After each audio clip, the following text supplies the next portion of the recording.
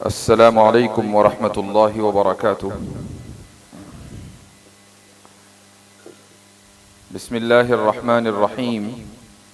الحمد للہ رب العالمین، والصلاة والسلام علی سید الانبیاء والمرسلین، وعلی آلہ وصحبہ اجمعین، اما بعد۔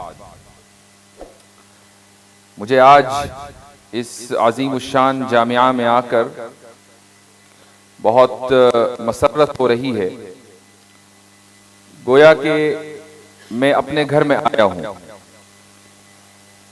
یہ الگ بات ہے کہ میری یہ وزٹ پہلی نہیں ہے، اس سے پہلے بھی غالباً 10-12 سال پہلے میرا یہاں آنا ہوا تھا۔ فرق اتنا ہے کہ اس وقت حضرت مولانا حذیفہ وستانوی دامت برکاتہم کی موجودگی میں وہ آنا نہیں ہوا تھا، اور اس وقت تک ان سے کوئی ملاقات بھی نہیں ہوئی تھی۔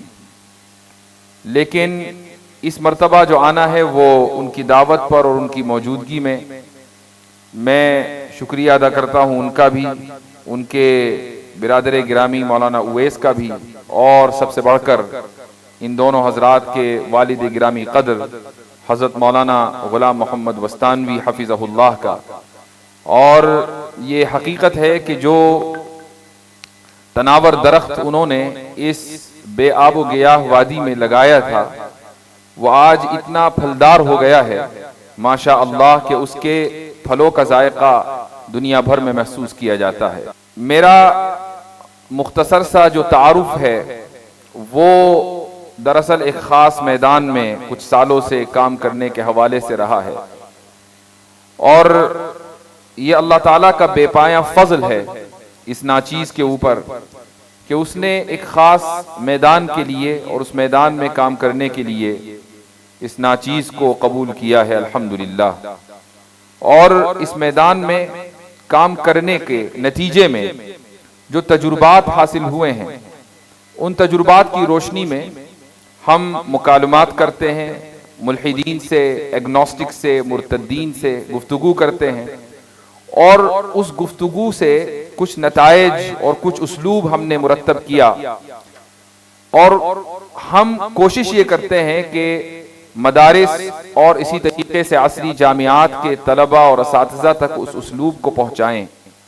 یہ دور، جیسا کہ حضرت مولانا حذیفہ وستانوی صاحب نے ذکر کیا، یہ دور شکوک و شبہات اور شہوات کی کثرت کا ہے۔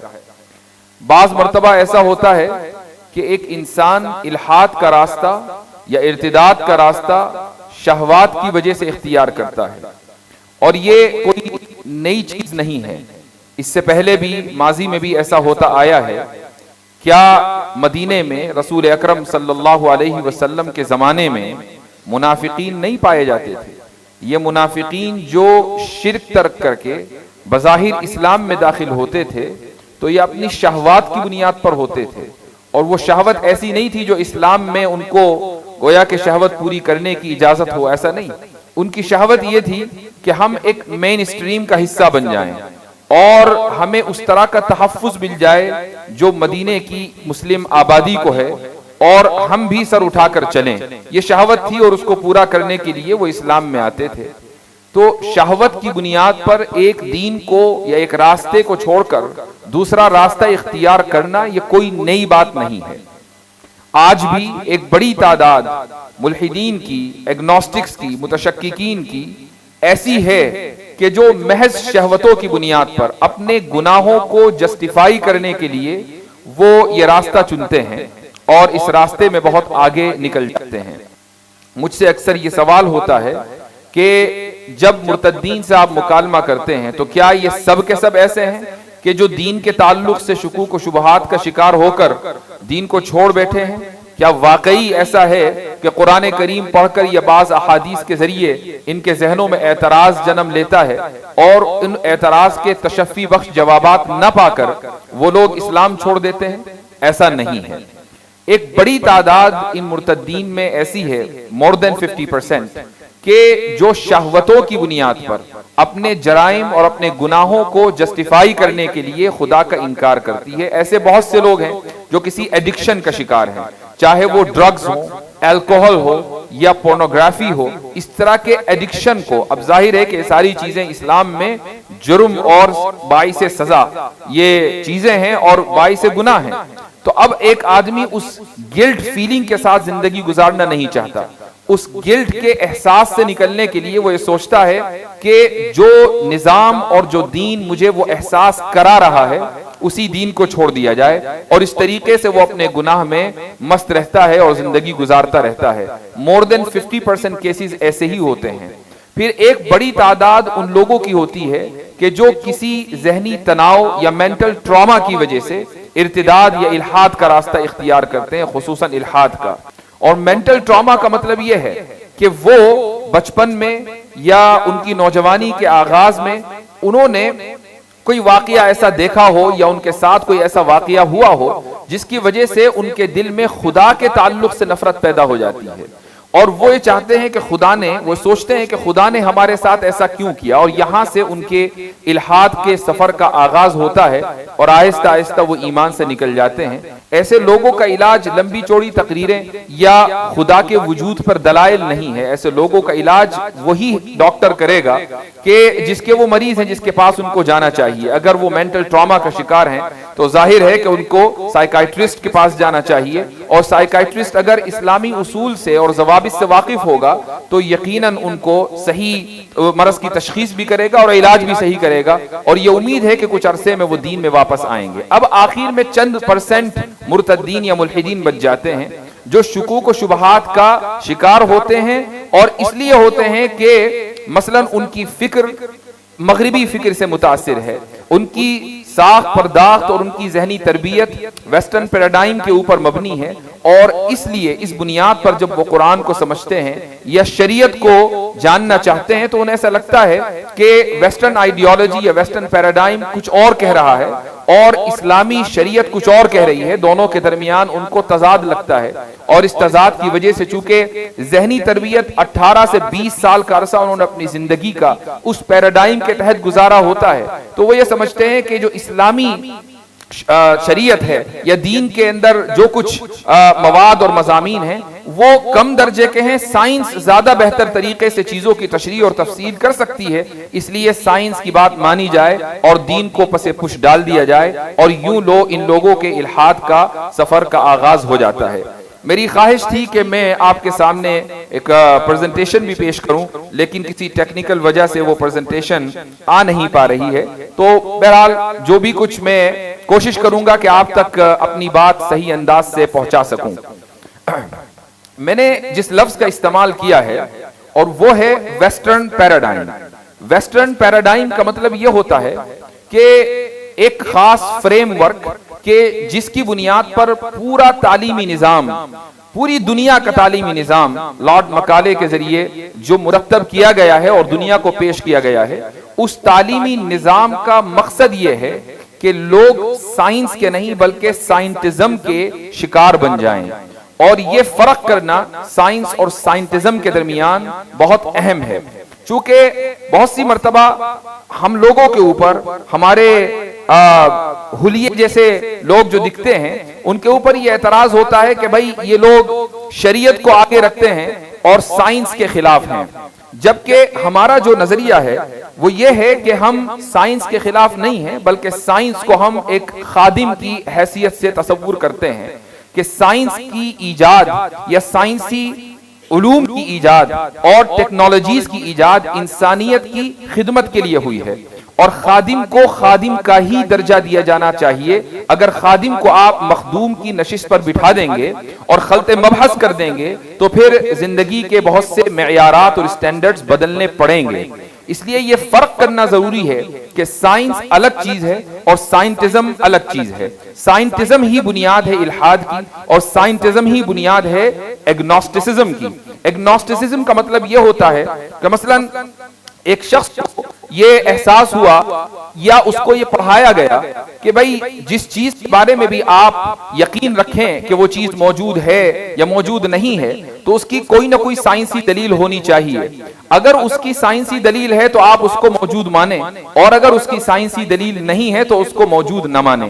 یہ جو سائنس نے اس کو یا ٹیچروں نے، اساتذہ نے، نظام تعلیم نے اس کو سکھایا ہے اور اس بنیاد پر وہ خدا کے وجود کا فیصلہ کرتا ہے کہ خدا موجود ہے یا نہیں، جنت اور جہنم کے وجود کا فیصلہ کرتا ہے کہ یہ دونوں موجود ہیں یا نہیں، اس بنیاد پر جب وہ تشکیک کا شکار ہوتا ہے اور کبھی دین کو دیکھتا ہے اور سمجھتا ہے کہ نہیں، دین یہ کہتا ہے کہ خدا موجود ہے، جنت اور جہنم موجود ہیں، اور پھر سائنس کی طرف نظر دوڑاتا ہے کہ سائنس میں اس کو کوئی ایسی دلیل نہیں ملتی کہ خدا موجود ہے، جنت اور جہنم موجود ہیں، تو پھر وہ لا الہ الا ولا الہ الا مذبذبین بین ذلک، یعنی وہ تشکیک کا شکار ہو جاتا ہے کہ میں ادھر جاؤں کہ ادھر جاؤں، اور پھر وہ ایک پوزیشن اختیار کر لیتا ہے کہ مجھے نہیں معلوم کہ خدا موجود ہے یا نہیں، میں اس بارے میں تحقیق سے نہیں کہہ سکتا کہ جنت و جہنم موجود ہے یا نہیں، روح موجود ہے یا نہیں۔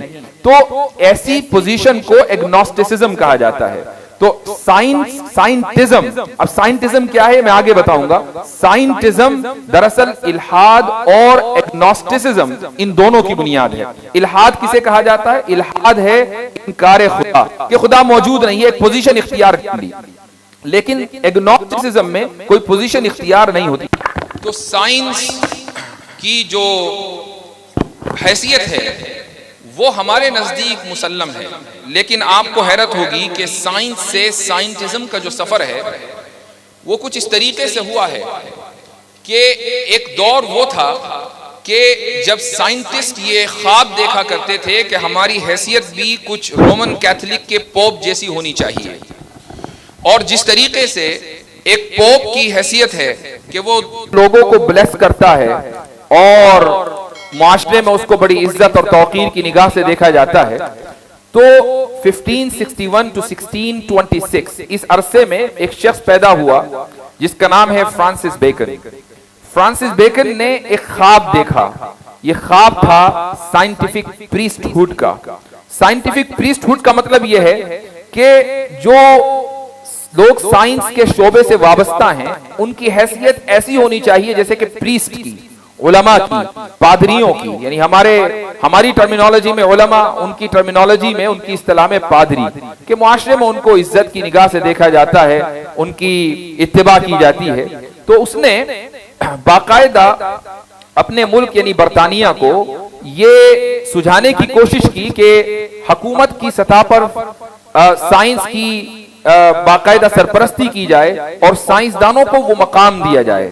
تو وہ ایک کتاب میں، بلکہ اس نے نیو اٹلانٹس میگزین اس نے لکھا ہے، Bacon described a technocratic utopia in which a scientific priesthood made decision for the good of the state as a whole. یعنی اس نے ایک کانسیپٹ دیا ٹیکنوکریٹک یوٹوپیا کا۔ یہ ٹیکنوکریٹک یوٹوپیا کیا چیز ہے؟ اس کے لیے سب سے پہلے سمجھ لیں کہ یوٹوپیا کیا چیز ہے۔ یوٹوپیا کہتے ہیں ایک ایسی صورتحال کو کہ جس میں ہر چیز اپنی پرفیکشن کے اوپر ہو۔ مثال کے طور پر ایک ایسی جگہ کہ جہاں نہ کوئی غم ہو، نہ جہاں کوئی خوف ہو، تمام کے تمام لوگ آپس میں ایک دوسرے کے ساتھ ہنسی خوشی رہتے ہوں، اور اسی طریقے سے ان میں آپس میں اقتصادی اعتبار سے کوئی تفاضل نہ ہو، یہ نہ ہو کہ کوئی امیر ہے، کوئی غریب ہے، ایک خادم ہے اور دوسرا مخدوم ہے، سب کے سب برابر اور ہنسی خوشی رہ رہے ہوں۔ اس صورتحال کو یوٹوپیا کہا جاتا ہے۔ اس نے ایک لفظ دیا ٹیکنوکریٹک یوٹوپیا۔ ٹیکنوکریٹک یوٹوپیا کا مطلب یہ ہوتا ہے کہ ایسا معاشرہ کہ جہاں ٹیکنالوجی کی بنیاد پر یوٹوپیا کو کریٹ کیا جائے۔ اور آپ دیکھیں کہ یہ بات 1624 میں لکھی جا رہی ہے اور آج 2024 اختتام پذیر ہے، اور ہم ایسے ماحول میں رہ رہے ہیں کہ ہماری زندگیاں ٹیکنالوجی سے نہ صرف یہ کہ متاثر ہیں بلکہ ہم ٹیکنالوجی کے محکوم ہیں، اور ٹیکنالوجی یہ ڈکٹیٹ کرتی ہے کہ ہمیں کیا کرنا چاہیے اور کیا نہیں کرنا چاہیے۔ 1624 میں خواب دیکھا گیا اور بات لکھی گئی، اور 2024 میں آج ہم اس کو اپنی آنکھوں سے دیکھ رہے ہیں۔ تو اس کے بعد اس نے باقاعدہ ٹیمپلز آف سائنس کا نظریہ پیش کیا۔ یہ لکھتا ہے ایک شخص ہے روپرٹ شیلڈرک، اس کی ایک کتاب ہے دی سائنس ڈیلوژن، وہ اپنی کتاب کے صفحہ نمبر 15 پر لکھتا ہے کہ ان فرانس لوئس پیسچر جس کی پیدائش 1822 اور وفات ہے 1895 was an influential proponent of science as a truth finding religion. یعنی یہ جو شخص ہے فرانس میں جس کا نام ہے لوئس پیسچر، وہ یہ سمجھتا تھا کہ سائنس ہی ٹروتھ فائنڈنگ ریلیجن ہے، ایک ایسا مذہب ہے کہ جس کے ذریعے آپ سچائی کی تلاش کر سکتے ہیں. آپ یہاں دیکھیں، سچائی کی تلاش اور مذہب، یہ تین الفاظ اس نے سائنس کے لیے استعمال کیے ہیں. وہ آگے کہتا ہے کہ I beseech you in those sacred institutions which we designate under the expressive name of laboratories, demand that they be multiplied and adorned. They are the temple of wealth and of the future. There is that humanity grows, becomes stronger and better.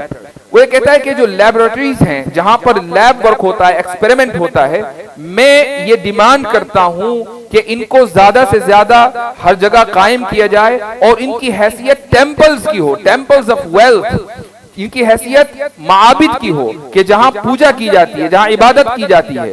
There is that humanity grows. یہی وہ جگہ ہے جہاں انسانیت ترقی کرے گی اور طاقتور سے طاقتور بنے گی. تو اس زمانے میں سائنس کو اس طریقے سے پیش کیا گیا گویا کہ یہ بھی ایک مذہب ہے. لیکن پھر آہستہ آہستہ سائنس نے اپنی جو اس کی اصل حیثیت ہے اس کو اختیار کرنا شروع کیا، اور وہ یہ کہ اس کا مذہب سے کوئی تعلق نہیں ہے، وہ ایک نیوٹرل پوزیشن رکھتی ہے. یہ آہستہ آہستہ ہوا، لیکن پھر سائنس سے شروع ہوا سائنٹزم کا سفر. سائنس کسے کہتے ہیں اور سائنٹزم کسے کہتے ہیں، یہ فرق کرنا ضروری ہے تاکہ ہم سائنس اور سائنٹزم کو سمجھ سکیں. سائنس کی جو ڈیفینیشن ہے، سب سے پہلے یہ سمجھ لینا چاہیے کہ سائنس کا جو اسکوپ ہے وہ یہ فزیکل ورلڈ ہے، یہ طبعیاتی کائنات کہ جس میں سائنس کام کرتی ہے اور اس طبعیاتی کائنات کو سمجھنے کی کوشش کرتی ہے. یہ سائنس کی دراصل اس کا میدان کار اور اس کا سکوپ ہے. سائنس کی جو ڈیفینیشن کی گئی ہے وہ یہ کہ the organized body of knowledge that is derived from such observation and that can be verified or tested by further investigation. یعنی ایک organized body of knowledge ایک ایسے علوم و فنون کا مجموعہ ہے کہ جو observation کے اوپر یعنی مشاہدے کے اوپر مبنی ہے، اور جس مشاہدے کو ویریفائی بھی کیا جا سکتا ہے اور مزید اس کی تحقیق کی جا سکتی ہے، اس کا مزید انویسٹیگیشن کیا جا سکتا ہے. یہ سائنس ہے. پھر اس کے بعد سائنٹیفک میتھڈ بھی سمجھنا ضروری ہے. سائنٹیفک میتھڈ کیا ہے اس کی میں ایک مثال اکثر دیا کرتا ہوں اور یہ مثال یہاں بھی دینا چاہوں گا. آپ سب جانتے ہیں کہ آئزیک نیوٹن ایک دن درخت کے نیچے بیٹھا ہوا تھا اور پتہ نہیں اس کا کیا ایجنڈا رہا ہوگا کہ اتفاق سے سیب کو بھی اسی وقت گرنا تھا اور سیب گرا. اور اتفاق سے سیب تو بہت سے لوگوں کے سر پہ گرا ہوتا ہے، لیکن اس نے یہ چیز سوچی کہ سیب کیوں گرا. اب یہ کچھ انٹیلیجنٹ مائنڈز ہوتے ہیں. ہم لوگ تو سیب گرا ہو سکتا ہے کہ اس لیے گرا ہو کبھی گلہری نے اس کو توڑ دیا ہو یا کوئی بھی وجہ، لیکن اس نے وہ انٹیلیجنٹ مائنڈ تھا تو اس نے سوچا کہ سیب نیچے ہی کیوں گرا، وہ اوپر بھی جا سکتا تھا، وہ دائیں اور بائیں بھی جا سکتا تھا. اس کا مطلب یہ ہے کہ کوئی ایسی چیز ہے کہ جو اس سیب کو نیچے کی طرف کھینچ رہی ہے، جس کو گریویٹیشنل پل کہا جاتا ہے. تو اس نے اس مشاہدے کی بنیاد پر ایک ڈیٹا کلیکشن شروع کیا کہ اور بھی چیزیں ایسی ہوں گی جو نیچے کی طرف گرتی ہوں گی اور ہر ایک کی رفتار الگ ہوگی. اگر پتھر ہوگا ہیوی تو وہ تیزی کے ساتھ گرے گا، اور اگر وہ ایک یعنی پتا ہوگا تو ذرا اسپیڈ اس کی کم ہوگی. تو اس نے ایک اس آبزرویشن کی بنیاد پر ریسرچ ٹاپک ایریا اس نے منتخب کیا. ریسرچ ٹاپک ایریا کہ یہ چیزیں اوپر سے نیچے کیوں گرتی ہیں، یہ ریسرچ ٹاپک ایریا ہے. اس کے بعد اس نے ایک ہائپوتھیسس ڈیولپ کی. ہائپوتھیسس کا مطلب اردو میں ہم اس کو مفروضہ کہہ سکتے ہیں کہ ہائپوتھیسس کا مطلب یہ کہ کوئی چیز ایسی ہے کہ جو زمین میں ہے اور وہ اوپر میں جو چیزیں ہیں وہ ان کو نیچے کی طرف کھینچ رہی ہے. یہ ہائپوتھیسس ہے. اس کے بعد اس نے ٹیسٹ ود ایکسپیریمنٹ یعنی اس نے مختلف چیزوں کا ایکسپیریمنٹ کرنا شروع کیا. مختلف چیزیں جو الگ الگ وزن رکھتی ہیں، کبھی وہ اوپر سے وزنی چیزوں کو پھینکتا اور کبھی کم وزن کی چیزوں کو پھینکتا اپنے اس ہائپوتھیسس کو صحیح ثابت کرنے کے لیے. اور جب اس کے پاس ایک اچھا خاصا ڈیٹا کلیکٹ ہو گیا تو اس نے اس ڈیٹا کو اینالائز کیا اور اس کے بعد اس ڈیٹا اینالائز کرنے کے بعد اس نے ایک تھیوری پیش کی جس کو ہم گریوٹی بولتے ہیں یا گریوٹی تھیوری آف گریوٹی بولتے ہیں. تو یہ جو تھیوری تک پہنچنے کا جو سفر ہے یہ ایسے نہیں ہوا کہ ایک سائنسدان کے ذہن میں کچھ بات آئی اور اس نے کچھ کہہ دیا اور کھٹ سے وہ تھیوری بن کر تیار ہو گئی, بلکہ آبزرویشن ہوا, ریسرچ ٹاپک طے ہوا, ہائپوتھیسس, اس کے بعد test with experiment, analyse data, اور اس کے بعد پھر تھیوری بنی. یہ ہے سائنٹیفک میتھڈ. جب آپ نے یہ سمجھ لیا تو اب میں آپ کو ایک مثال دیتا ہوں کہ اگر کوئی شخص, ایک تھاٹ ایکسپیریمنٹ ہے, اگر کوئی شخص یہ کہتا ہے کہ بھائی میں خدا کو ماننے کے لیے سائنسی دلیل کا طلبگار ہوں, کہ اگر سائنسی دلیل مجھے آپ دیں گے تب تو میں خدا کو مانوں گا ورنہ میں خدا کو نہیں مانوں گا. تو آپ اس سے یہ سوال کر سکتے ہیں کہ کسی بھی سائنسی دلیل کے لیے سائنٹیفک میتھڈ کا ہونا ضروری ہے, تو کیا آپ خدا کو, یعنی سائنٹیفک دلیل دینے کے لیے سب سے پہلے تو خدا کو دیکھا جانا ضروری ہے کہ آپ خدا کو دیکھیں, پھر اس کے بعد آپ خدا کو دیکھنے کے بعد ریسرچ ٹاپک ایریا سیلیکٹ کریں, اور اس کے بعد ایک خدا کے تعلق سے مفروضہ گڑھیں, اور پھر اس مفروضے کی بنیاد پر ڈیٹا کلیکٹ کریں, اور اس ڈیٹا کلیکشن کے بعد ڈیٹا اینالائز کریں, اور ڈیٹا اینالائز کرنے کے بعد ایک آپ تھیوری دیں, تب جا کر تو آپ کہہ سکتے ہیں کہ خدا کے وجود کے لیے ہمارے پاس سائنسی دلیل ہے. لیکن جب خدا کا مشاہدہ ہی نہیں کیا جا سکتا تو سائنسی دلیل خدا کے وجود کے لیے کیسے دی جا سکتی ہے؟ یہ ممکن ہی نہیں ہے. یعنی سائنس کا جو میدان ہے وہ الگ ہے, اور مابعد طبیعیات, یا یہ کہہ لیں کہ ایک ایسی کائنات کے جس کا ہماری فزیکل ورلڈ سے تعلق نہیں ہے, ایسی اشیاء کے جو فزیکل نہیں ہے, مادی نہیں ہے, ان کے معیارات اور ان کے سٹینڈرڈز الگ ہیں. جو چیز اس دنیا کو ڈکٹیٹ کرتی ہے, اس دنیا کو سمجھنے کے لیے جو سائنس ہمیں چاہیے اور جو سائنس ہمارے پاس ہے, اس سائنس کے ذریعے ہم اس چیز کو نہیں سمجھ سکتے جو فزیکل نہیں ہے اور مادی نہیں ہے.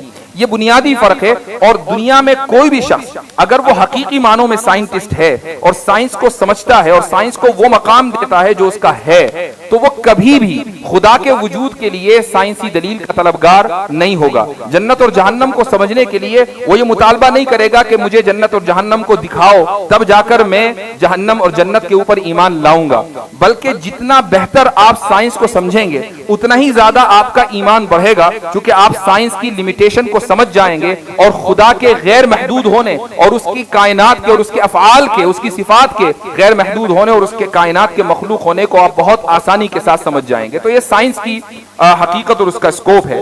اس کے بعد ہم آ جاتے ہیں سائنٹزم کی طرف کہ سائنٹزم کیا ہے.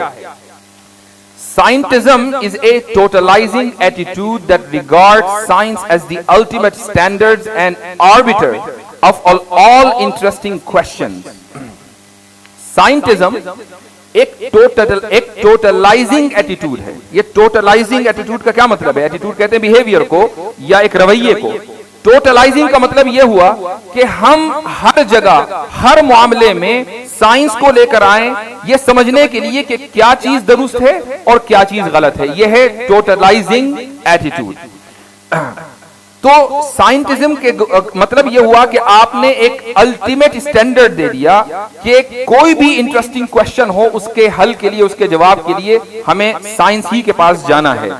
مثال کے طور پر اگر آپ سے یہ پوچھا جائے کہ انسان کی زندگی کا کیا مقصد ہے اور آپ یہ کہیں کہ سائنس ہمیں بتائے گی کہ ہماری زندگی کا کیا مقصد ہے, تو آپ سائنس پرستی میں مبتلا ہیں اور آپ سائنٹزم کا شکار ہیں. اس کا سائنس سے کوئی تعلق نہیں ہے. اگر آپ یہ سوال کریں اپنے آپ سے کہ ہم کہاں سے آئے ہیں, اور یہ سوال آپ سائنس سے تلاش کرنے کی کوشش کریں کہ ہم کہاں سے آئے ہیں اور کہاں جا رہے ہیں, اور سائنس بتانے میں ظاہر ہے کہ ناکام رہے گی چونکہ سائنس کا یہ اسکوپ نہیں ہے. اور آپ یہ کہیں کہ چونکہ سائنس نے مجھے کچھ نہیں بتایا لہٰذا ہم نہ کہیں سے آئے ہیں اور نہ کہیں جا رہے ہیں, تو آپ سائنس کی خدمت نہیں کر رہے ہیں اور سائنس سے خدمت نہیں لے رہے ہیں, بلکہ آپ سائنس پرستی اور سائنٹزم کا شکار ہیں. سائنٹزم کو ہم اردو میں سائنس پرستی کہہ سکتے ہیں. میں چند سوالات سائنس کے سامنے رکھتا ہوں اور ہم یہ کوشش کرتے ہیں کہ کیا واقعی سائنس ایک الٹیمیٹ سٹینڈرڈ ہے اور حق کو جاننے کا ایک ذریعہ ہے. یہ سوالات آپ کے سامنے بھی ہیں اور آپ اپنے سے پوچھیں کہ کیا واقعی سائنس ان چیزوں کا جواب دے سکتی ہے. مثال کے طور پر پہلا سوال آپ کے سامنے ہے کہ what is a cause؟ ایک علت, سبب کیا ہے؟ سائنس سے پوچھیں کہ کاز کیا ہے. سائنس یہ تو بتا سکتی ہے کہ آگ جلانا جلنے کا کاز ہے، لیکن یہ تو کاز کی ایگزامپل ہے، کاز کی ڈیفینیشن کیا ہے یہ سائنس کبھی نہیں بتائے گی آپ کو۔ اس کا تعلق سائنس سے نہیں ہے، یہ دوسرا فن ہے جس کو ہم میٹا فزکس کہتے ہیں۔ میٹا فزکس سے ہمیں یہ پتا چلے گا کہ علت یا سبب یا کاز کیا ہے۔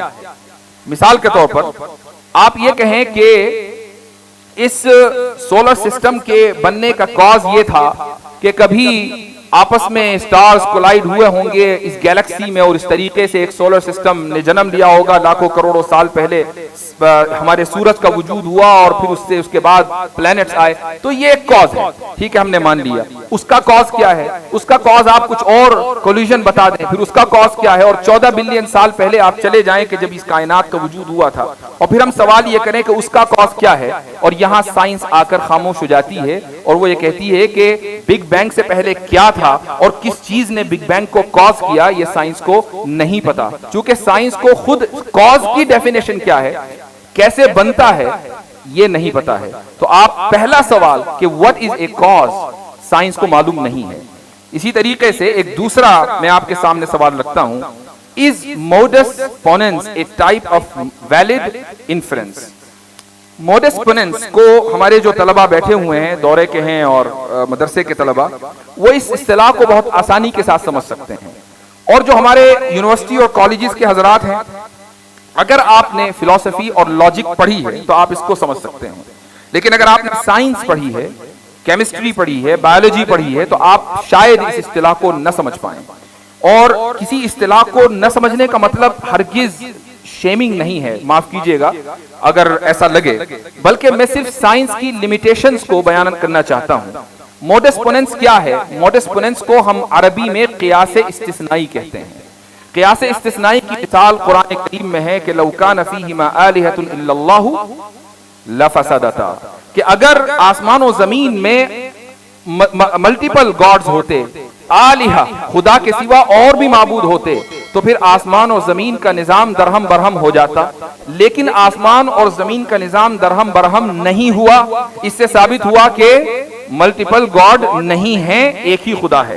یہ جو دلیل قرآن نے دی ہے یہ دلیل قطعی ہے، حجت بالغہ ہے، حجت قطعیہ ہے، ایک عام آدمی بھی اس کو سمجھ سکتا ہے، ایک کسان بھی سمجھ سکتا ہے، ایک ڈاکٹر بھی سمجھ سکتا ہے، ایک انجینئر بھی سمجھ سکتا ہے، اور ایک سائنٹسٹ بھی سمجھ سکتا ہے۔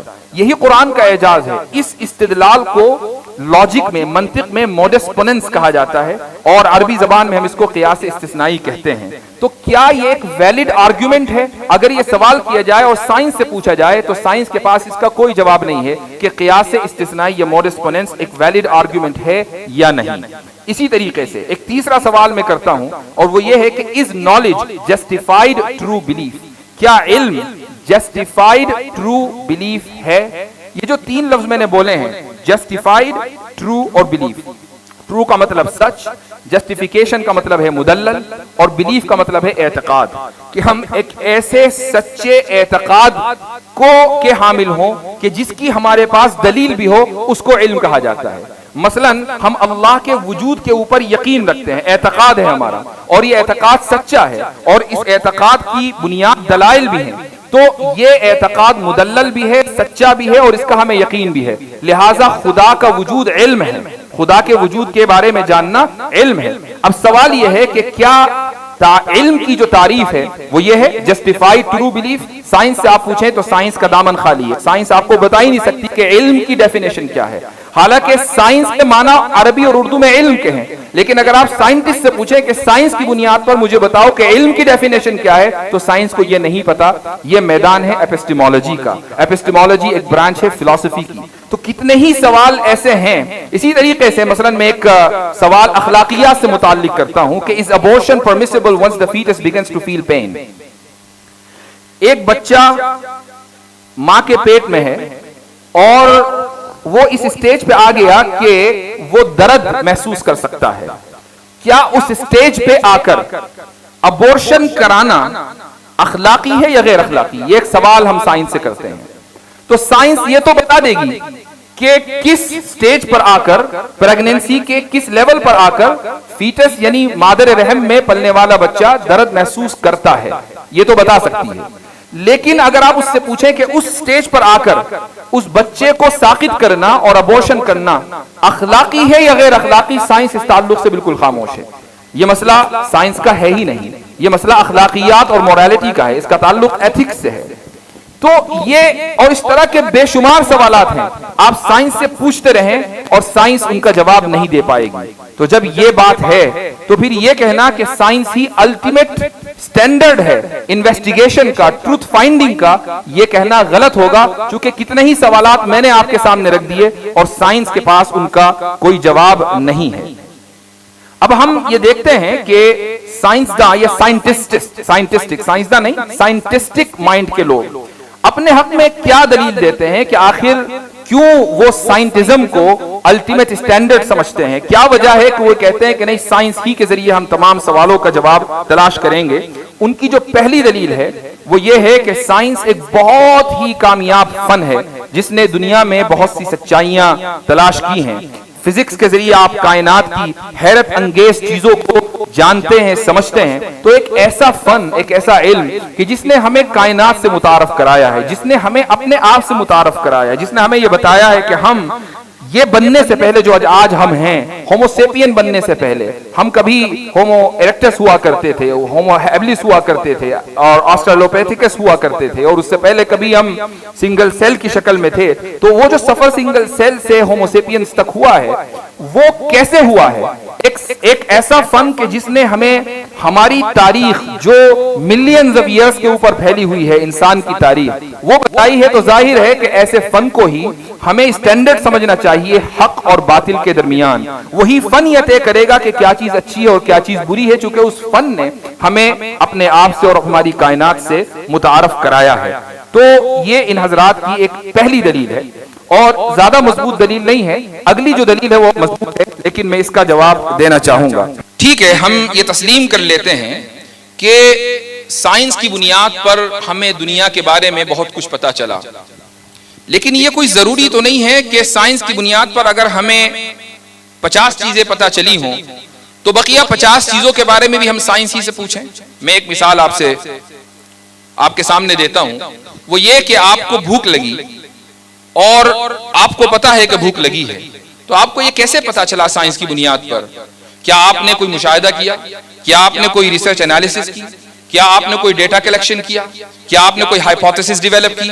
کیا آپ نے کوئی تھیوری دی کہ اس طرح جب ہوگا تو بھوک لگے گی؟ بھوک لگی تو بھوک لگی، ہر ایک آدمی کو بتائے کہ مجھے بھوک لگی۔ یہ وجدان آپ کا بتاتا ہے اور اس کی کوئی دلیل نہیں، بغیر دلیل کے آپ کو علم یقین ہے، یقینی نالج ہے کہ آپ بھوکے ہیں، آپ پیاسے ہیں۔ تو یہ ایک مثال جس کا ہر انسانی نے ہر جانور جس کا تجربہ کرتا ہے اور دن میں ایک مرتبہ نہیں کئی مرتبہ تجربہ کرتا ہے۔ کیا ہم اس ایک مثال کو سامنے رکھ کر یہ کہہ سکتے ہیں کہ سائنس چونکہ ایک عظیم الشان فن ہے لہٰذا ہر چیز کے بارے میں ہم سائنس ہی سے پوچھیں گے؟ تو ٹھیک ہے، آپ اپنی بھوک اور پیاس کے بارے میں بھی سائنس سے پوچھئے اور جب تک لیب سے ریزلٹ آئے تب تک کہ انتم سنسکار ہو جائے گا انسان کا۔ تو اس کا مطلب یہ ہوا کہ سائنس کے سائنٹسٹک مائنڈ کے لوگوں کی جو یہ دلیل ہے یہ بالکل بوگس اور ایک ضعیف قسم کی، بہت ہی کمزور قسم کی دلیل ہے۔ ایک دلیل ان کی اور ہے، اور یہ دلیل یہ ہے کہ many scientific results are counterintuitive such as curved space-time or the bilocation of electrons۔ اس کا مطلب یہ ہے کہ سائنس ہمیں بہت سے ایسے حقائق سے آگاہ کرتی ہے کہ جو حقائق ہمیں اپنی آنکھوں سے دیکھنے میں کچھ اور معلوم ہوتے ہیں۔ اس کی دو مثالیں آپ کے سامنے میں دیتا ہوں۔ پہلی مثال ہے curved space time۔ مثلا میں آپ سے ایک عام آدمی سے سوال کروں کہ ٹائم کیا ہے، وہ گھڑی کی طرف دیکھے گا، وہ کہے گا کہ ٹائم یہ ہے کہ پہلے 12 بجتے ہیں، پھر 1 بجتا ہے، پھر اس طریقے سے وہ سیریل ٹائم جو ہوتا ہے وہ بتائے گا کہ گھنٹے میں اتنے منٹ ہوتے ہیں، اتنے منٹ میں اتنے سیکنڈ ہوتے ہیں، سیکنڈ کو اس طرح تقسیم کیا جا سکتا ہے، 1 منٹ کے بعد دوسرا منٹ آئے گا، وغیرہ وغیرہ۔ یہ ایک عام آدمی کا نظریہ ہے، یہ ہے ٹائم۔ میں اس سے پوچھوں کہ اسپیس کیا ہے، وہ جہاں بیٹھا ہوگا وہ کھڑا ہو جائے گا کہ یہ رہا اسپیس۔ یہ ایک عام وجدانی سمجھ لیں کہ انڈرسٹینڈنگ ہے، لیکن جب آپ سائنس سے پوچھیں گے تو سائنس کہے گی کہ اسپیس ٹائم کروڈ ہوتا ہے، جو ہمیں کہیں نظر نہیں آ رہا ہے، لیکن سائنس نے بتایا کہ اسپیس ٹائم کروڈ ہوتا ہے۔ اس کی ایک مثال ہے کہ آپ ایک چادر لیں اور چادر کو مضبوطی سے 4 لوگ پکڑ لیں اس کے کناروں کو، اور اس کے بعد ایک ہیوی بال بیچ میں ڈالیں تو اس چادر کے اوپر کرو ہو جائے گا اور وہ بالکل بیچ میں آ جائے گی۔ اس کے بعد چھوٹی چھوٹی بال اگر اس کے ارد گرد آپ گھمائیں تو وہ اس کے ارد گرد گھومنے لگیں گی اس کرو کے۔ یہ جو کرو ہوا ہے یہ اسپیس ٹائم ہے۔ میں تیزی کے ساتھ جا رہا ہوں، یہاں مسئلہ سائنس سمجھانا نہیں ہے بلکہ یہ بتانا ہے کہ ایک عام وجدان، ایک عام آدمی کی نگاہ اس کروڈ اسپیس ٹائم کو نہیں دیکھتی ہے۔ ہم تو سیریل ٹائم کو دیکھتے ہیں کہ پہلے اتنے بجے پھر اتنے بجے، لیکن سائنس ہمیں بتاتی ہے کہ ٹائم اور اسپیس کیا ہے۔ اس کا مطلب یہ ہوا کہ بعض مرتبہ سائنس ہمیں ان حقائق سے آگاہ کرتی ہے جن حقائق سے ہم اپنی وجدان یا اپنی آنکھوں اور اپنے مشاہدے کے ذریعے ان تک نہیں پہنچ سکتے۔ پہلی مثال۔ دوسری مثال، بائی لوکیشن آف الیکٹرانز۔ یہ ایک مسئلہ ہے اور بہت سے حضرات یہاں اس سے واقف ہوں گے کہ سب ایٹامک لیول پر، یعنی جب آپ ایک ایٹم کو کھولتے ہیں اور اس کے اندر جھانکتے ہیں تو الیکٹران کی جو پوزیشن ہے وہ ایک نہیں ہوتی بلکہ اس کو بولتے ہیں بائی پوزیشن، کہ کبھی وہ دائیں طرف ہے اور اسی وقت وہ بائیں طرف نظر آتا ہے۔ تو آپ سے اگر میں یہ کہوں کہ الیکٹران کدھر ہے اور آپ نے مثلا اس کو کسی طریقے سے دیکھ لیا تو آپ یہ کہیں گے دائیں طرف ہے، لیکن میں کہوں کہ نہیں اسی وقت وہ بائیں طرف بھی ہے، تو آپ کو حیرت ہوگی کہ ایسا کیسے ہے، یا تو وہ دائیں طرف ہوگا یا بائیں طرف ہوگا۔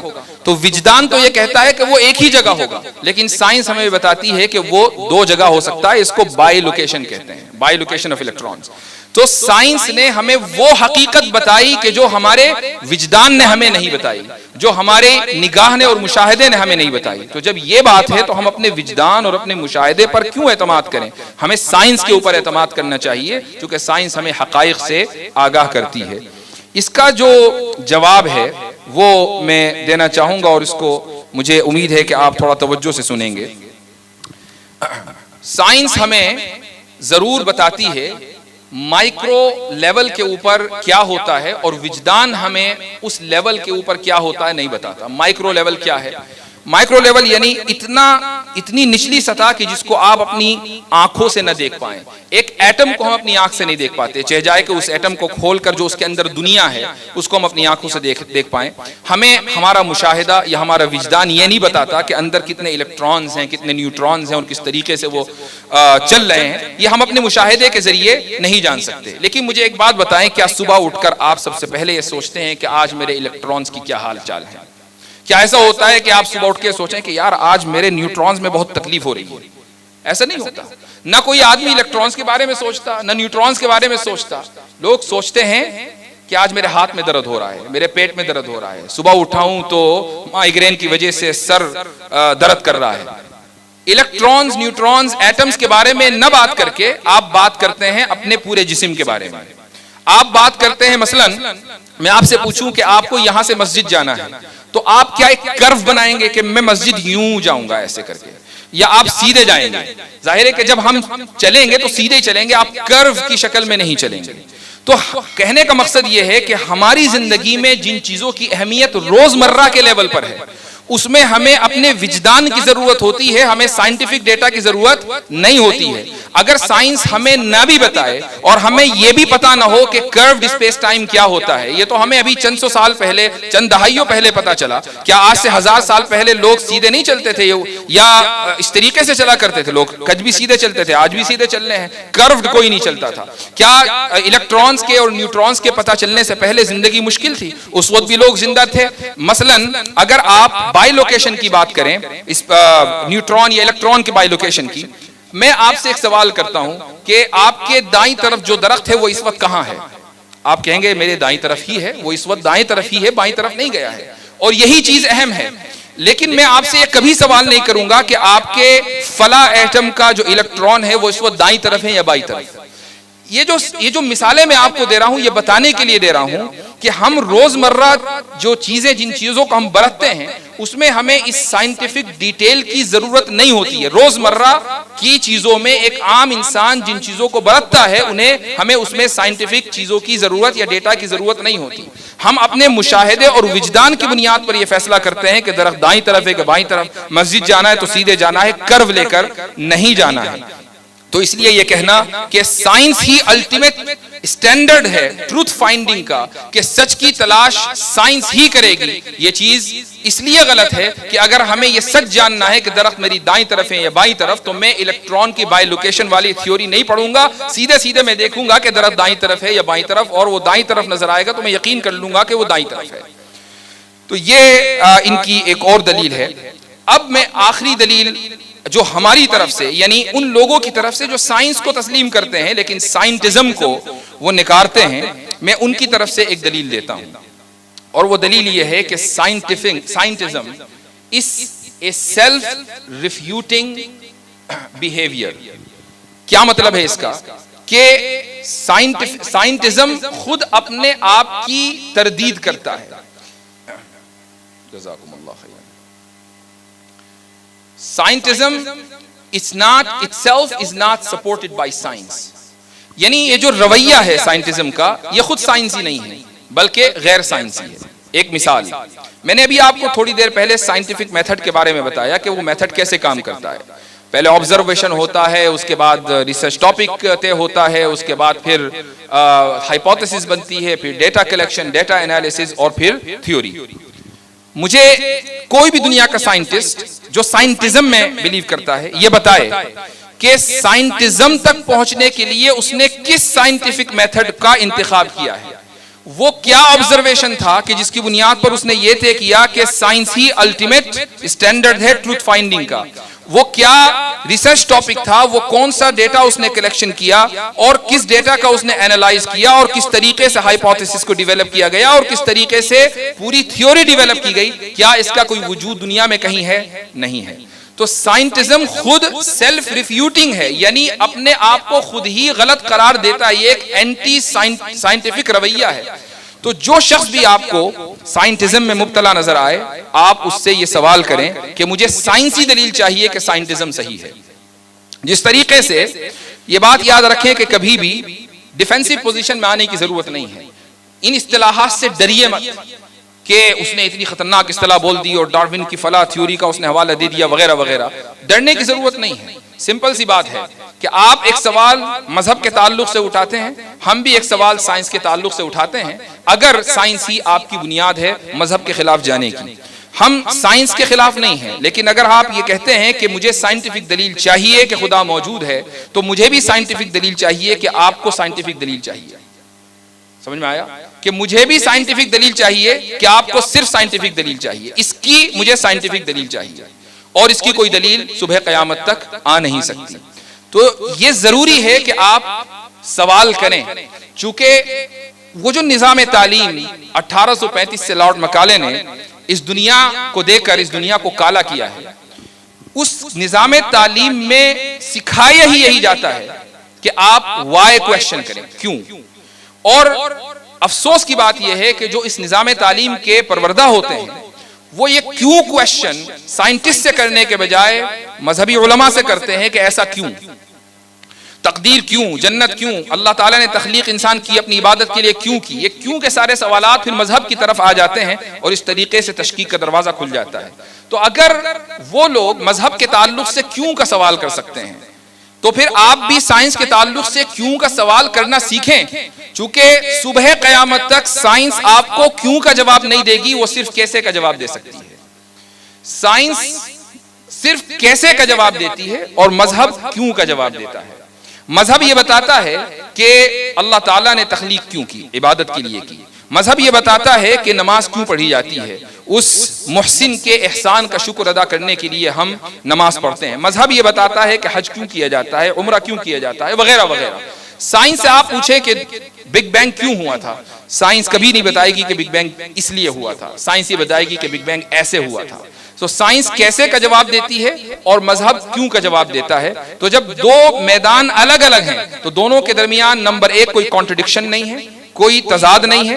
نمبر دو، اگر کوئی شخص خلط مبحث کرتا ہے اور سائنس کی بنیاد پر مذہب کے اوپر اعتراضات اٹھاتا ہے تو آپ سمپلی اس سے کیوں کا سوال کیجئے، چونکہ وہ بھی آپ سے کیوں کا سوال کر رہا ہے.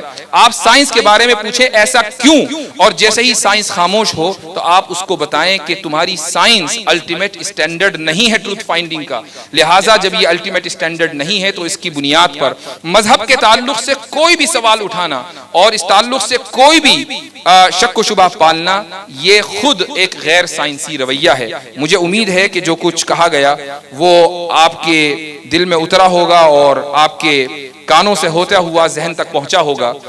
اگر کوئی بات ایسی ہے کہ جو آپ سمجھتے ہیں کہ تشنا رہ گئی یا آپ کو اس تعلق سے کوئی سوال ہے، مجھے معلوم نہیں ہے کہ آج کے پروگرام کی کیا ترتیب ہے، اگر سوال و جواب کی نشست ہے تو انشاءاللہ میں آپ کے کچھ سوالات لے سکتا ہوں.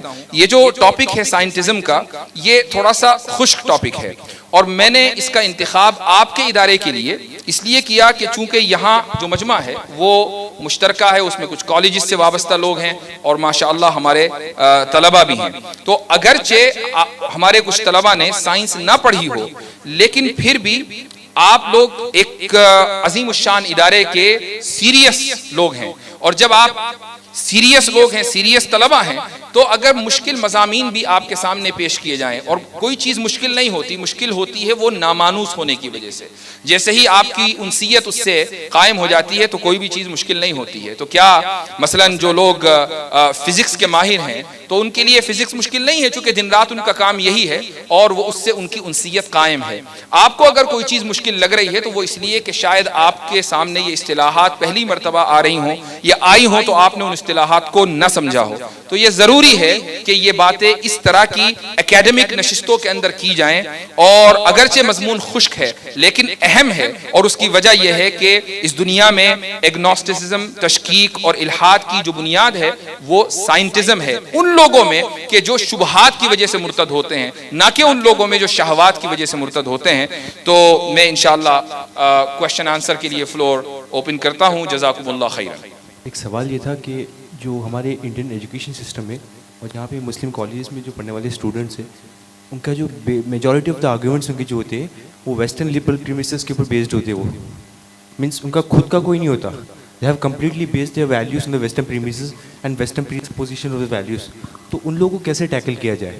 جیسے اس رمضان کو میرا خود کیسا کہ انکاؤنٹر ہوا، میں خانقاہ میں جا گیا تھا تو وہاں کالج کا اسٹوڈنٹ آتا تھا تو بہت عجیب و غریب سوال پوچھتا تھا.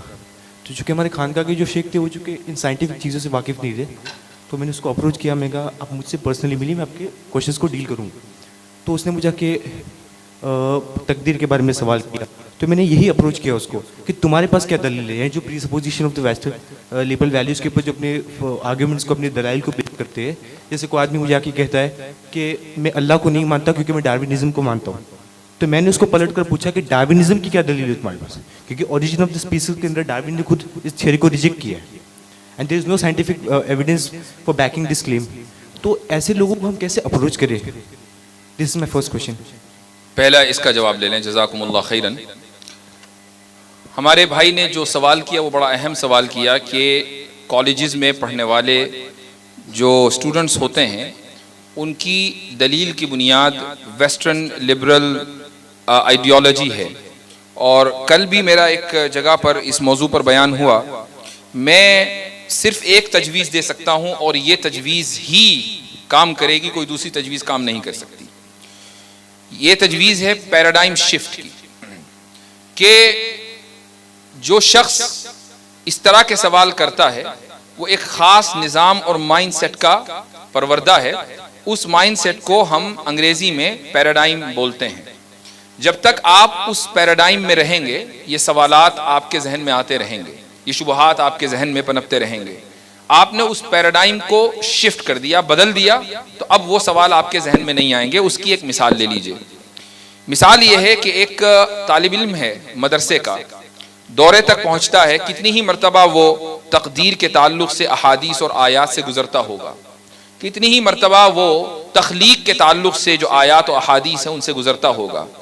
لیکن شاید و باید ہی، میں اپنا تجربہ کہہ رہا ہوں، کہ جب میں طالب علم تھا مدرسے کا تو کبھی یہ خیال نہیں آیا کہ ڈاروینی ارتقاء بھی تو صحیح ہو سکتا ہے کہ اللہ تعالیٰ نے تخلیق نہ کی اور ہم ایوالو ہوئے ہوں.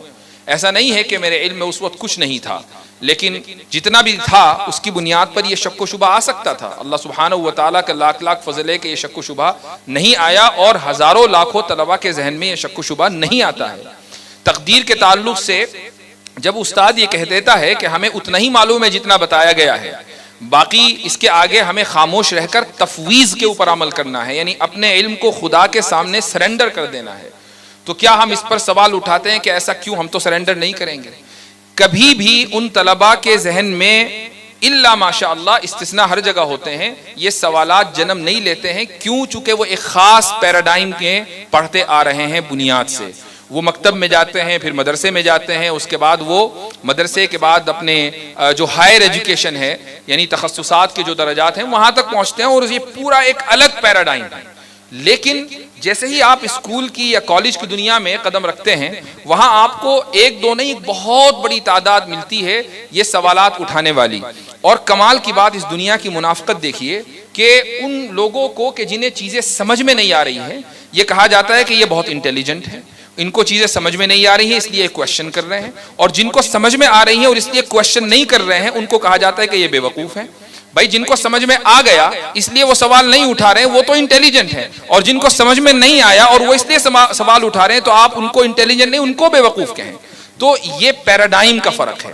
جب آپ اس پیراڈائم کو شفٹ کر دیں گے، یعنی آپ اپنے ان طلباء کو، چاہے وہ فزکس پڑھ رہے ہوں، وہ بایولوجی پڑھ رہے ہوں، وہ کیمسٹری پڑھ رہے ہوں، وہ ارتھ سائنس پڑھ رہے ہوں، وہ ایسٹرونومی پڑھ رہے ہوں، وہ کچھ بھی پڑھ رہے ہوں، یہ وہ ساری سائنسز ہیں کہ جن کی بنیاد پر شکوک و شبہات کو جنم دیا جاتا ہے، جن کا میں نے نام لیا.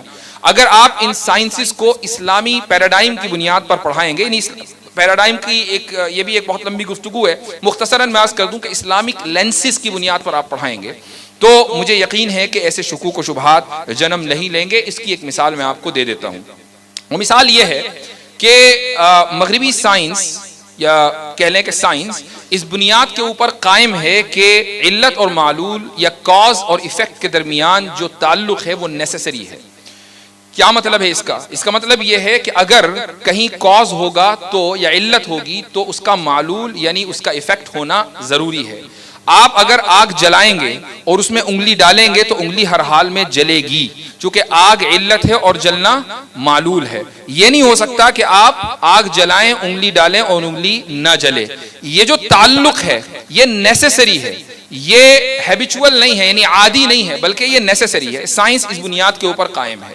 جب ایک ہمارا اسٹوڈنٹ یہ پڑھتا ہے، مثلاً وہ یہ پڑھتا ہے لا کہ every action has a parallel اور اپوزٹ ریئیکشن، اور اس بنیاد پر وہ یہ تصور کر لیتا ہے یا ٹیچر اس کو یہ پڑھاتا ہے کہ دیکھو کاز اینڈ ایفیکٹ یا علت اور معلول کے درمیان جو نسبت ہے وہ ضروری ہے، تو فوری طور پر اس طالب علم کے ذہن میں یہ بات آتی ہے کہ ابراہیم علیہ السلام بھی تو آگ میں ڈالے گئے تھے، تو آگ نے ان کو کیوں نہیں جلایا جبکہ آگ کے لیے جلانا ضروری ہے.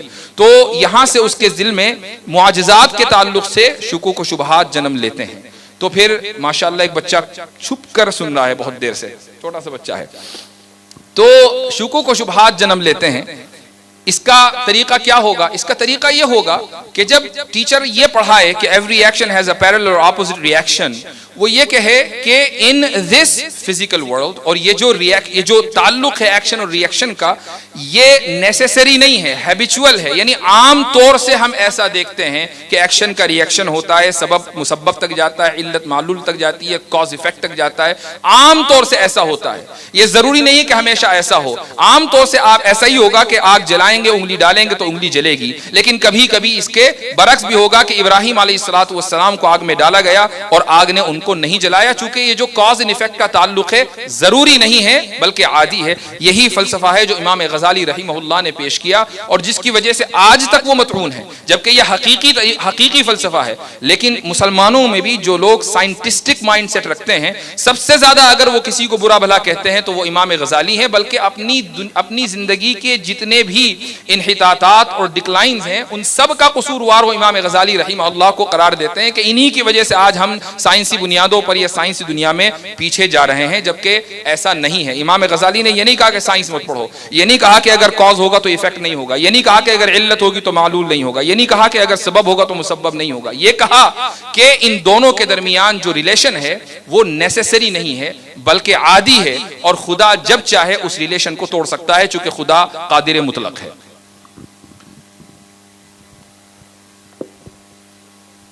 السلام علیکم ورحمۃ اللہ وعلیکم السلام۔ جی مفتی صاحب خیریت سے آپ؟ الحمدللہ۔ سائنٹیزم کے اعتبار سے اس کے اعتبار سے بات کہی گئی ہے کہ انفارمیشن اینڈ نالج ہی سب سے بڑی چیز ہے، اس کے علاوہ کوئی نہیں ہے۔ سائنس میں ہم یہ چیز دیکھتے ہیں، فلاسفہ بھی جو یہ کہتے ہیں کہ جو چیز دکھتی ہے وہی چیز ہوتی ہے۔ ٹائم میں بھی جو ٹائم ٹریول کرتی ہے اور الگ الگ درجے میں جو چیز ہوتی ہے وہ جو دکھتی ہے ہمیں، جیسا ارسطو نے فلاسفہ نے کہا ہے کہ جو چیز ہم محسوس کرتے ہیں یا جو چیز کو ہم دیکھتے ہیں وہی چیز ہے، اس کے علاوہ کوئی چیز نہیں ہے۔ ہم آپ کا ایک لیکچر سن رہے تھے، اس میں ایک الہادی پرسن نے آپ سے سوال کیا تھا کہ ہم کو کس نے بنایا، تو آپ نے کہا تھا کہ ماشاءاللہ گاڈ نے بنایا، ٹھیک ہے، اللہ تعالیٰ نے بنایا۔ تو اللہ کو کس نے بنایا؟ یہ بہت سارے ایسے پیپلز ہیں سوال کرتے ہیں کہ اللہ کو کس نے بنایا۔ ماشاءاللہ آپ نے کہا تھا کہ کمپیوٹر جس نے بنایا ضروری نہیں ہے کہ ٹائم لائن میں اس کا رہنا موجود ہو، ضروری نہیں ہے کہ وہ ٹائم لائن میں موجود ہے، کیونکہ کمپیوٹر بنانے والا کمپیوٹر میں موجود نہیں ہے۔ ایسے ہی اللہ نے ہمیں بنایا تو اللہ ایسا نہیں، ضروری نہیں کہ کمپیوٹر میں ہو۔ سوال مختصر کر لیجیے۔ جزاک اللہ۔ سوال نہیں ہوا، سوال کریں پورا۔ یہ تو آپ نے میرے لیکچر کا ریفرنس مجھے دے دیا، وہ تو مجھے پتہ ہی ہے۔ جی تو میرا یہ سوال ہے کہ آج کے زمانے میں حالات حاضرہ میں ایسے بہت ساری پیپلز ہمیں دیکھنے ملتے ہیں، بہت سارے سوالات کرتے ہیں لوگ کہ خدا کا وجود کیا ہے، تقدیر کا وجود کیا ہے، تو ہم کس طریقے سے انہیں بہتر آنسر اور جواب دے سکتے ہیں؟ جزاکم اللہ خیرن۔ آپ کے سوال کا خلاصہ یہ ہے کہ سائنس کی بنیاد پر ہم یہ مانتے اور تصور کرتے آ رہے ہیں کہ جو چیز موجود ہے اس کا دکھنا اور اس کا کسی ٹائم میں ہونا ضروری ہے، اور جب خدا کے تعلق سے یہ سوال ہوتا ہے کہ خدا کیوں نہیں دکھتا اور وہ کس ٹائم میں ہے، تو پھر کیسے ہم اس کو ریکنسائل کریں۔ تو یہ میں سمجھتا ہوں کہ آپ کے سوال کا خلاصہ ہے، اور جواب اس کا یہی ہے کہ جس ذہن میں یہ سوال پیدا ہوا ہے وہ سائنس کی بنیاد پر نہیں بلکہ سائنٹزم کی بنیاد پر اس نے یہ سوال کیا ہے۔ اس کو ہم سائنٹزم کی ایک برانچ ہے میٹیریلزم، اور میٹیریلزم کا مطلب ہی یہ ہے کہ وہ میٹر کو ہی یعنی مادے کو ہی موجود مانتے ہیں، اس کے علاوہ کوئی دوسری چیز موجود نہیں مانتے۔ میں ایک مثال سے آپ کو سمجھانا چاہوں گا، اور یہ مثال ہے ہمارے کانشیسنس کی یعنی شعور کی۔ شعور کے تعلق سے علم نفسیات اور دیگر فنون میں بحث ہوتی ہے کہ کیا شعور کا اور کانشسنس کا الگ سے کوئی وجود ہے، یا یہ ہماری برین سیلز ایکٹیویٹیز ہی کو ہم شعور کہتے ہیں۔ یہ ایک پوری بحث موجود ہے۔ جو لوگ سائنٹسٹک مائنڈ رکھتے ہیں ان کے مطابق شعور کی الگ سے کوئی اس کا وجود نہیں ہے، بلکہ جو ہمارے برین سیلز ایکٹیویٹیز ہیں وہی دراصل اس کی ایکٹیویٹی کو شعور کہا جاتا ہے، دماغ سے ہٹ کر کوئی دوسری چیز نہیں ہے۔ لیکن کچھ سائنسداں مائنورٹی میں ہیں، یہ مانتے ہیں کہ شعور الگ ہے، برین الگ ہے۔ شعور ایسا ہے، اس کو ایک مثال سے سمجھ لیجئے، مثلا سیٹلائٹ ہے جو اس دنیا کے باہر، اس گلوب کے باہر ہے، اور پھر آپ کے گھر پر ایک اینٹینا لگا ہوا ہے، اور اس اینٹینا سے چیزیں یا تصویریں آپ کے ٹی وی سیٹ پر آ رہی ہیں۔ تو یہ جو اینٹینا ہے اس نے ریسیو کیا سیٹلائٹ سے، اور اس کے بعد اس ڈیٹا کو ٹرانسفر کر دیا آپ کی ٹی وی اسکرین پر۔ تو اس طرح اس کو سمجھ لیں، اسے مثال کے طور پر ہے کہ یہ جو سیٹلائٹ ہے گویا کہ یہ شعور ہے، اینٹینا دماغ ہے، اور آپ کی جو باڈی ہے یہ اسکرین ہے جو کچھ آپ کی باڈی کے اوپر ہو رہا ہے۔ شعور غیر مادی چیز ہے، شعور مادی چیز نہیں ہے۔ اب اس کو میں ثابت کرتا ہوں ایک مثال کے ذریعے۔ اس کا تجربہ آپ میں سے ہر آدمی کو ہوا ہے اور اکثر ہوتا رہتا ہے۔ کبھی آپ نے محسوس کیا کہ آپ ایک گیدرنگ میں ہوں اور اچانک آپ پلٹ کر دیکھیں اور سامنے والا آپ کو دیکھ رہا ہو اور وہ ایک دم نظر چرا لے، تو آپ کو محسوس ہو جاتا ہے کہ یہ مجھے دیکھ رہا تھا، جبکہ آپ تو سامنے دیکھ رہے ہیں، لیکن ایک دم آپ کی نگاہ ادھر جاتی ہے۔ وہ کیا چیز ہے کہ جس نے آپ کو بتایا کہ کوئی آپ کو دیکھ رہا ہے، اور اس کا تجربہ آپ کو تقریباً روزانہ ہوتا ہوگا, کوئی بھی آپ کو گھورے اگر. ایک باقاعدہ اس پر ریسرچ ہوئی, ایک سروے ہوا, اس میں کچھ لوگوں کو ایک کمرے میں بٹھایا گیا اور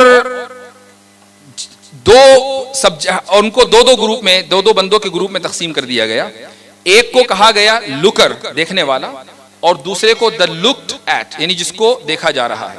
تو جس کو دیکھا جا رہا ہے اس کو کرسی پر بٹھا دیا اور وہ مثلا اس دیوار کی طرف دیکھ رہا ہے, اور جو لکر ہے اس کو پیچھے بٹھا دیا اور اس کو یہ کہا گیا کہ کبھی تم اس کو دیکھنا اور کبھی اس کو مت دیکھنا, دیوار کی طرف دیکھنا.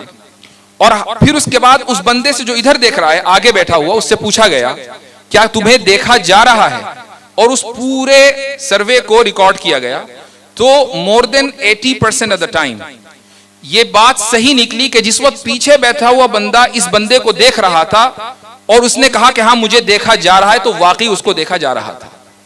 تو اب یہاں سوال یہ ہے کہ ان دونوں کے درمیان وہ کون سا مادی کنیکشن ہے کہ جس سے یہ پتا چلا کہ اس کو دیکھا جا رہا ہے. آپ کو اگر آپ کا کوئی ساتھی, کوئی دوست گھور رہا ہے, آپ کسی جگہ بھی ہو, مسجد میں ہو, رزگاہ میں ہو, آپ کو کیسے پتا چلتا ہے کہ کوئی گھور رہا ہے؟ یہ وہ شعور ہے جو آپ کے دماغ کو الرٹ کرتا ہے. اور اسی طریقے سے نظر بد لگتی ہے. نظر بد کیا ہے؟ کسی بچے کو آپ گھوریں اور وہ بچہ متاثر ہو جاتا ہے, اس کی طبیعت خراب ہو جاتی ہے. یہ دراصل وہ شعور ہے جو ہمارے دماغ کو ڈکٹیٹ کرتا ہے, اور یہ علم نفسیات میں پوری ایک بحث ہے.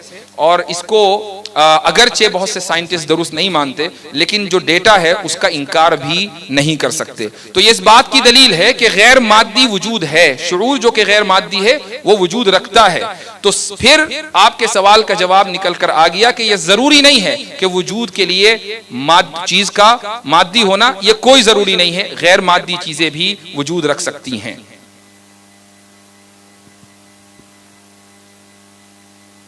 آئنسٹائن نے جو تھیوری دی تھی کہ اسپیس ٹائم میش کروڈ کی, تو کیا اس کو ہم اللہ کے نبی علیہ السلام جب معراج کا سفر ہوا تو اس سے جوڑ سکتے ہیں, یا اور قیامت کا ایک دن 50,000 سال کا جو دن ہوگا, تو کیا اس سے اس کو ہم کنیکٹ کر سکتے ہیں, جوڑ سکتے ہیں اس تھیوری کو؟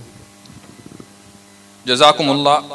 اگر آپ مجھے یہ گارنٹی دیں کہ یہ تھیوری آئنسٹائن کی صبح قیامت تک نہیں بدلے گی تو میں ضرور جوڑوں گا, لیکن اس کی گارنٹی خود آئنسٹائن کے پاس نہیں تھی. یہ ہو سکتا ہے کوئی بھی سائنٹیفک تھیوری ایسی ہے, مثلا آج اسکول میں, ہر اسکول میں ڈارونین ایوولوشن کو پڑھایا جاتا ہے, ایز اے فیکٹ پڑھایا جاتا ہے. یہ الگ بات ہے کہ لفظ فیکٹ اب سائنس میں ایگزسٹ نہیں کرتا ہے, کوئی چیز یہ نہیں ہوتی کہ سائنٹیفک فیکٹ, تھیوری ہی آخری چیز ہے. لیکن اگر آپ پکے ڈارونیوں سے پوچھیں کہ کیا تمہیں لگتا ہے کہ یہ تھیوری کبھی بدلے گی, تو وہ بھی یہ کہیں گے کہ اس بات کا امکان ہے کہ آگے چل کر ہمیں ارتقاء کے اور لائف کے تعلق سے اس سے بہتر ایکسپلینیشن مل جائے, اور اگر اس سے بہتر تفصیل و تشریح ہمیں مل جائے تو ہم ڈارونین ایوولوشن کو چھوڑ دیں گے. اگر وہ مخلص ہوگا اپنے ارتقاء کے ساتھ تو وہ یہ ضروری بات کہے گا. تو اگر کوئی بھی سائنٹیفک تھیوری ہے, کوئی بھی ہو, وہ آئنسٹائن کی ہو, وہ نیوٹن کی ہو, وہ کسی کی بھی ہو, اگر آپ کو اس بات کا یقین ہے کہ وہ تھیوری نہیں بدلے گی تو یقیناً آپ مذہبی معاملات کی تشریح اس سے کریں, کوئی روکے گا نہیں. لیکن جب تھیوری بدلتی ہے, بدلے گی, تو آپ نے آج معراج سے اس کو جوڑا, یا مثلا قیامت کے دن 50,000 سال کا ہوگا اس کو جوڑا, کل آئنسٹائن والوں نے کہہ دیا کہ نہیں جی وہ تو ماضی کی باتیں تھیں, اب تو ایک نئی بات لے کر آئے, تو آپ تو میدان میں کھڑے ہو جائیں گے کہ مجھے تو اب قرآن کی تشریح بدلنی پڑے گی.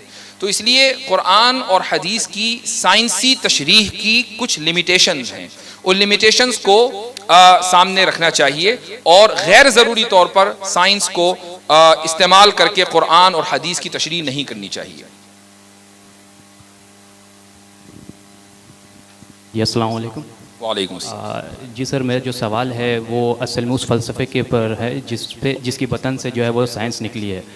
بالخصوص جو نشأت ثانیہ کے بعد جو فلسفہ مغرب میں جو ہے عروج پکڑا, جسے مختلف فلاسفہ کی جماعت, چاہے وہ دیکارت ہو, لیبنیز ہو, والٹائر ہو, کانت نے جس کو تقویت پہنچائی, جس کو یہ کہتے ہیں کہ اینتھروپوسینٹرسزم کا جو فلسفہ ہے کہ انسان کو مرکز میں رکھ کر کے پوری کائنات کی تشریح کی جائے, کیونکہ ان کا جو بنیادی مقدمہ یہ تھا کہ اس سے پہلے پوری کائنات میں انتشار اسی وجہ سے تھا کہ انسان جو ہے وہ کائنات کی تشریح ہی غلط کر رہا تھا. تو جس فلسفے کو لے کر کے بعد میں پھر سائنس سے اس نے جو ہے تقویت حاصل کی, بالخصوص اس فلسفے کو خود مغرب میں ایک طرح کے جو ہے وہ آپ کیسے بیک کلیش حاصل ہے. چونکہ آپ خود اس طبقے میں رہے ہیں اور اس معاشرے سے آپ کا تعلق ہے, تو میرا سوال یہ ہے کہ جس طرح سے پوسٹ ماڈرنزم کی جو فلاسفی ایمرج کی اور خود مغربی فلاسفرز بالخصوص آپ کہہ سکتے ہیں زیزیک وغیرہ وہ کہتے ہیں کہ ہم اس سے پر امید نہیں ہیں, اور جس طرح کی مادیت جو ہے بہت زیادہ وجود میں آ رہی ہے, ہم بالکل اس معاشرے سے پر امید نہیں ہے جہاں پر معاشرہ بالکل ایک کیوٹک اور ایک رسکی سوسائٹی ایمرج کر گئی ہے. تو میرا سوال یہ ہے سر کہ کیا خود اس فلسفے نے خود نتائج کے اعتبار سے یہ ثابت نہیں کر دیا کہ یہ فلسفہ انسان کے لیے خیر ہونے کے بجائے خود اس کے اندر شر موجود ہے؟ جزاک اللہ خیر. بالکل آپ کی بات 100% درست ہے کہ پوسٹ ماڈرنزم کا جو فلسفہ ہے وہ نتائج کے اعتبار سے شر ہی شر لاتا ہے, اس میں خیر کا کوئی پہلو نہیں ہے. اس کی ایک مثال میں آپ کو دیتا ہوں. دیکھیں پوسٹ ماڈرنزم کی جو بنیاد ہے وہ یہ ہے کہ دیر از نو میگا نیریٹو, کہ کوئی میگا نیریٹو یعنی کوئی ایک ایسا نیریٹو نہیں کہ جس کے اوپر پوری انسانیت اتفاق کر لے, کوئی ایک ایسا اسٹیٹمنٹ کہ ساری دنیا اس پر اتفاق کر لے, اس کی کوئی حیثیت اور کوئی وجود نہیں ہے. میرے نزدیک ایک چیز درست ہو سکتی ہے, وہی چیز آپ کے نزدیک غلط ہو سکتی ہے. جو چیز آپ کے نزدیک درست ہے وہ میرے نزدیک غلط ہے. We agree to disagree, یعنی ہم اختلاف اس بات پر کرتے ہیں, اتفاق اس بات پر کرتے ہیں کہ ہم ایک دوسرے سے اختلاف کرتے رہیں گے رسپیکٹ کے ساتھ.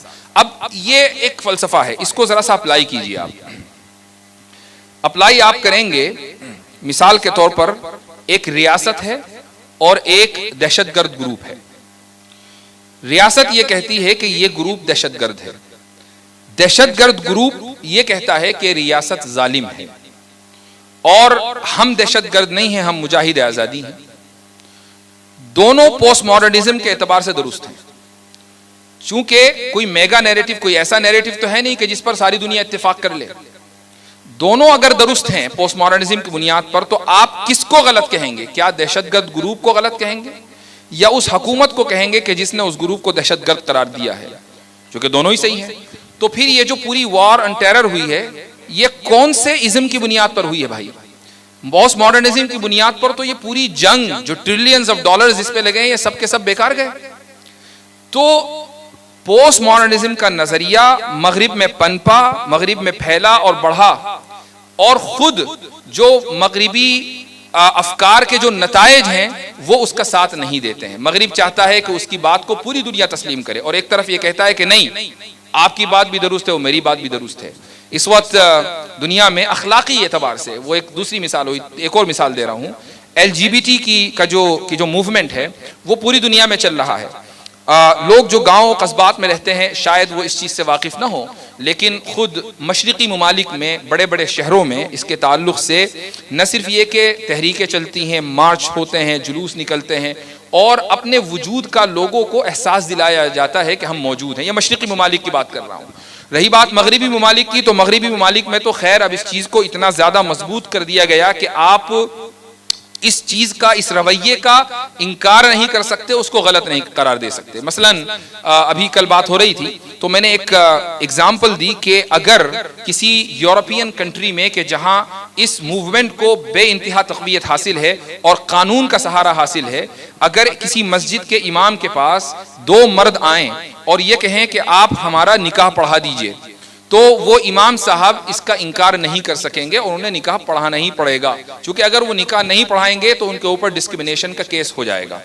تو اگر پوسٹ ماڈرنزم درست ہے تو بھئی ٹھیک ہے, LGBT بھی صحیح ہے اور امام صاحب بھی صحیح ہے. امام صاحب کو اب مجبور نہ کریں کہ وہ ان دو گیز یا ہم جنس پرستوں کا نکاح پڑھائیں. جس طریقے سے آپ ان دو ہم جنس پرستوں کو جسٹیفائی کر رہے ہیں, امام صاحب کو بھی کریں. لیکن یورپ کا یا یورپین فکر کا یہ دوغلا اور منافقانہ رویہ ہے کہ ایک طرف پوسٹ ماڈرنزم کے حق میں کھڑے ہیں اور دوسری طرف ٹوٹلیٹیرینزم کے. جی مفتی صاحب ایک لاسٹ کوشچن تھا میرا, جی, کہ جو شریعت کے عنوان سے اگر کوئی ایسے فلسفہ ہے یا کوئی ایسی سائنٹیفک تھیوری ہے جو ایک ویل نون فیکٹ ہے, یعنی مسلمہ حقیقت ہے وہ, تو کیا اس کا سہارا لے کے کسی شریعت کے کسی حکم کو ثابت کر سکتے؟ جیسے مثال کے طور پر شریعت کے جو مقاصد شریعت ہے اس کو جیمری بینتھم کی تھیوری آف یوٹیلیٹیرینزم کے بیسس پہ اس کو ثابت کر سکتے؟ جیرمی بینتھم کی تھیوری آف یوٹیلیٹیرینزم خود ایک فیلئر تھیوری ہے. ٹھیک ہے, میں مثال کے طور پر آپ سے پوچھتا ہوں کہ